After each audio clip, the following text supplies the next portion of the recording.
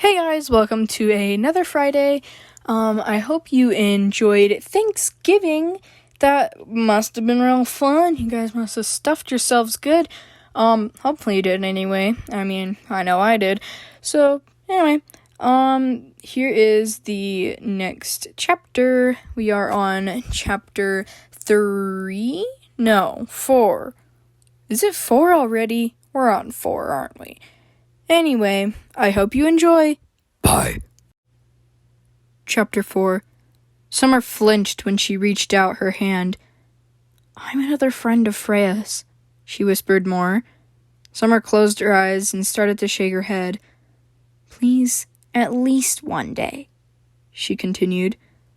Summer remembered that she'd always wanted to help people. Maybe this was something that could help people. What's your name? Summer asked softly. Ha! I'm Azzy, Azalea Moonblossom, she chuckled, still in a whisper. Summer stood up and looked down at Coral, who wasn't even paying attention to her. She looked at the ghost elf. Okay, Summer mumbled shyly. She randomly caught fire again, but she didn't notice. She reached out her hand hesitantly. Coral flew higher to see what she was doing. Azzy had a confused look on her face, but she grabbed her hand, and faster than before, her fire spread to make Azzy alive again. Oh my gosh, you're amazing! Azzy said, hugging her to make the fire slow down. The fire gathered to the arrow on her tail, and she let go of the hug. I don't feel amazing, Summer whispered, noticing that they were floating down to the ground. Freya was covering her mouth and had tears flowing down her face. Freya! Oh my gosh, I was just floating around, but then I saw her, and then I was saw the fire burning, and then I got my immortality back, she said, holding Summer's hand and jumping down. Azzy's hair had a stroke of neon green, and she had dark green markings on her arm. Azzy! Freya weeped, falling into a hug. Yeah, it was all boom, I'm here, you could see me, she cheered, lifting Freya in a hug. Summer felt a little bit better, but was still scared of the turning into a demon part. Garashi hugged her. You're like a ghost healer, he chuckled softly, going to Azzy next. But Tide jumped and grabbed her down. Bongash! She screamed happily. Summer finally noticed the fire in her tail, and at that point, it started burning the roof. Ah! She quickly tried stopping her tail. Vex came up with Mataro, and he quickly put out the fire. Azzy! Mataro said, completely healed. She hugged Summer instead, though. But then, tons of voices boomed into Summer's head, but one stood out the most. Kill. It echoed through Summer. All the voices stopped, and only the one stood out. Kill. It said louder. She stood back and grabbed her horns, grunting to stop the voice. Everyone stood confused, but Garashi grabbed her and took her away. Shh, you're safe, he whispered. The voice in Summer's head chuckled and whispered, Kill. One more time. Her vision blurred and her hearing muffled. She had no control, and her fire went everywhere. She heard a small, muffled shouting. Summer, get up, on the roof. Rashi, help her. Summer! She seemed to slip back into a black room with one big window to see the blurred sight of whatever she was doing. She stepped back, hyperventilating and holding her tail. She couldn't remember what happened next, but she woke up with her fire dying down and Coral's forearm in her mouth. Look, her eyes! They're not all scary bloodshot man anymore, Azzy shouted. Summer spit out Coral's arm and fell back, but her vision started going from blurred to clear. Summer? Freya asked, standing ready to defend herself. Summer wanted to scream for help, but she couldn't move her mouth. All she did was growl. Coral stood up cautiously with a fear-drenched expression. All the voices rushed into her. Maybe Ooh, I love run the taste away. of blood. Ha, you monster! Hey, you didn't kill Keep anyone. rampaging! You're evil! Calm down. Calm down. Ooh, there's a fire. Can you bite someone else? They all echoed and echoed. Summer sizzled out the fire and fought with her head. Stop, she whimpered. Vex was in his fox form. He blew a mist all around Summer. Come on, I need to stop, she grunted, pushing out on the big window of darkness. Then she broke the glass and woke up completely, catching her breath and shaking. Vex stopped and licked her face. Thanks, she whispered, then fell unconscious. Coral and everyone else helped take her to the lake healers. She woke up at sunset by the lake. Tide and Azzy were playing in it. Summer, do you feel like you're a danger to us? Garashi asked sternly in the corner of the tent. 'Cause I feel the same. But you need to know, we're all like you, scared, he said, looking down. We're all having fun anyway, he huffed.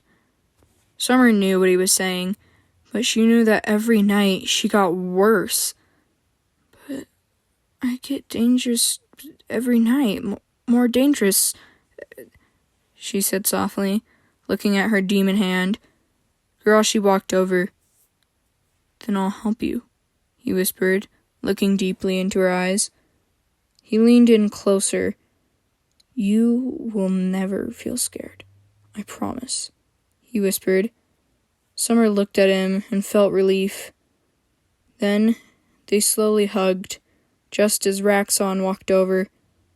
Why am I always watching people, make out instead of being kissed? He joked, folding his arms. Garashi chuckled, and then he looked away. He walked over to Raxon and started talking. Summer smiled a little, then felt a sharp pain again. She wanted to go to the water just in case, but she didn't make it. She screamed out, and a red flare spiraled out. Garashi stopped and ran over. Run! She screamed. She did not want to kill Garashi. Anyone but Garashi, she thought. Her tail flicked around frantically, and her arms shook. Her fangs grew bigger, causing her to get a bloody nose. Azzy rushed over with Tide. Run! Go! Summer screamed, standing up and shouting in pain. No! Garashi shouted. Summer grabbed her stomach as scales scratched through her skin, making her bleed. The scales started going down her arm, just barely, then stopped. She clawed at the scales slowly, but stopped when her horns started darkening and growing more. Black tears dripped down her face as Garashi heard her bones crack.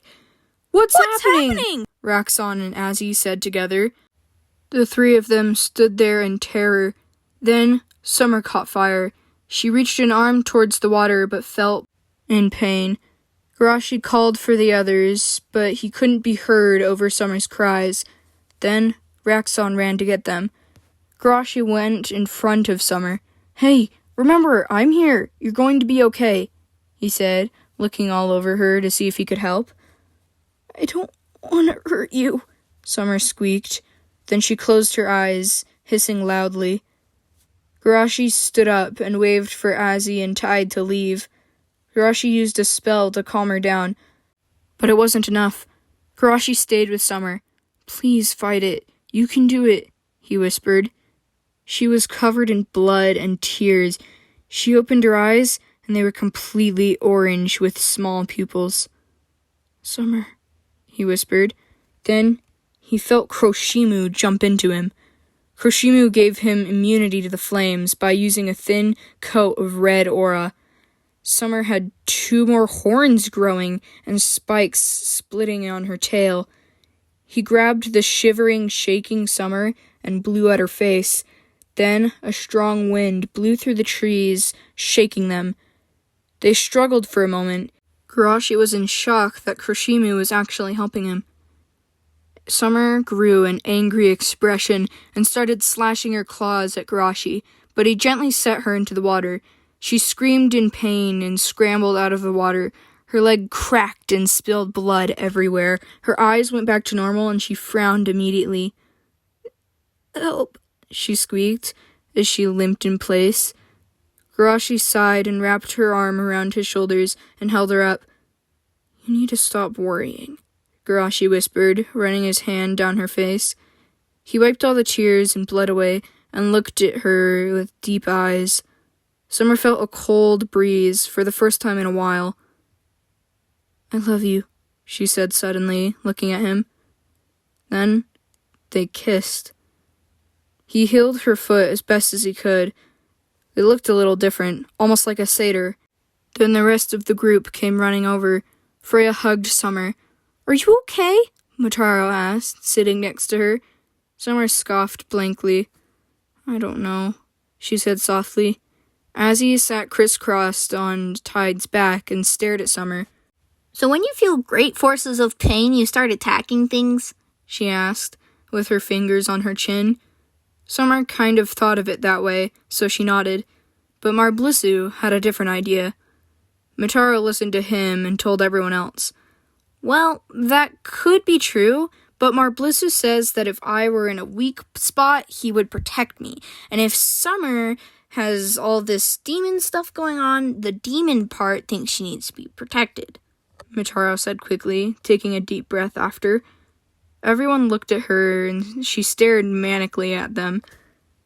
"Maybe," Vex said after a moment. It grew dark outside, and they all went back to the mansion to sleep. "Summer, was it?" A voice echoed through Summer. She shot her eyes open angrily. "Whoa, sorry. Please, I mean no harm, demon girl," he whispered. He stood ghostly in the middle of the room.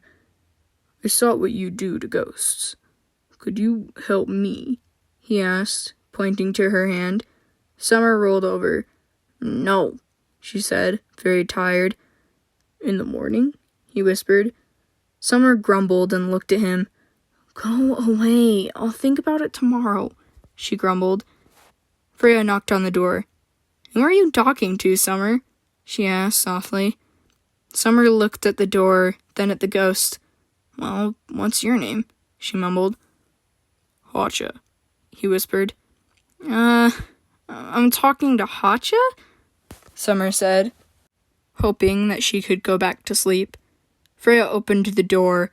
"Who?" she growled. "I thought I killed that man 2 years ago." She looked around angrily. Summer sat up. "Oh, why?" she asked. "Well, at some point he was my dad, but then he tried to kill me like 3 times or something," Freya said grumpily. Summer looked at the ghost, then at Freya. "Well, Summer murmured. "All I want to do is apologize. I want to hug her one last time," Hacha whispered with the saddest look Summer had ever seen. "Freya, don't get mad," Summer said softly. She reached out her hand and touched Hacha's back. "Just hear him out," she said, as Hacha formed halfway. "Freya, please hear me," he said softly. Freya growled and tried looking away. "I want to apologize.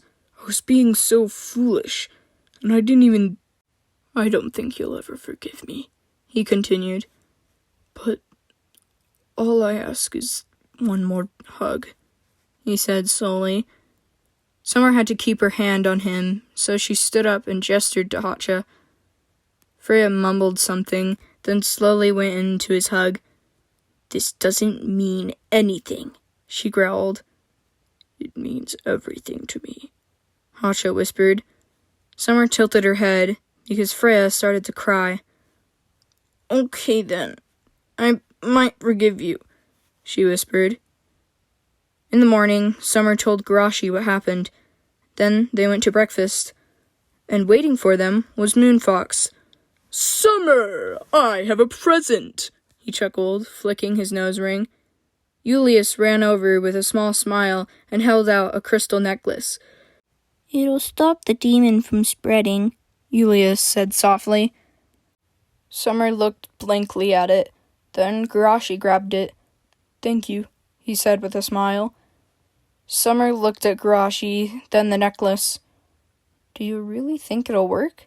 She asked. Garashi nodded and put it on her. It has rhodonite, opal, and a dove-wing sap shard, he said, with a warming smile. Summer felt a tingling as it settled. Okay, she said, giving a small smile. Yulia smiled as well, and walked off to eat. Moonfox bowed and followed him. Coral came and hugged Summer. See?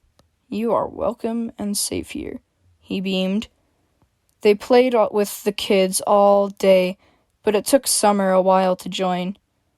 I'll watch, she said, leaning on a peach tree. Odd. You seem fearful of yourself, a lemur kid said. The same one from before. You need to laze, he giggled. Summer didn't understand what he was saying, but she nodded anyway. Thanks, she added. Then she watched him run off. Squish flopped over and burbled happily. Hello, what are you? Summer said, picking him up. He opened his mouth and yipped. Aw, cute, Summer said. She set him down and watched Freya and Mataro get tackled by a bunch of kids. Why do you fear yourself? A small voice echoed. You're a gift, like my brother, he continued. Summer looked down to see a small kid that looked like Vex, but with tan skin and brown hair. Mwahaha! Oh my gosh. With all the voices in Summer's head, that was like my favorite part. Oh my gosh. Oh, I love that. I cannot wait. It's gonna happen tons of times and I can't wait to do it. Also, who is this new ghost? Is every chapter going to end with a new ghost? No, it isn't. But it happened twice. Anyway, so I hope that was kind of fun. Also, I hope you kind of feel some sort of happiness that Freya forgives her father and stuff, and all of that is resolved. I mean, although they did try to both murder each other, Freya being the successor, actually, they both succeeded. Anyway, I hope this was a really fun chapter for you all. Anyway. Bye.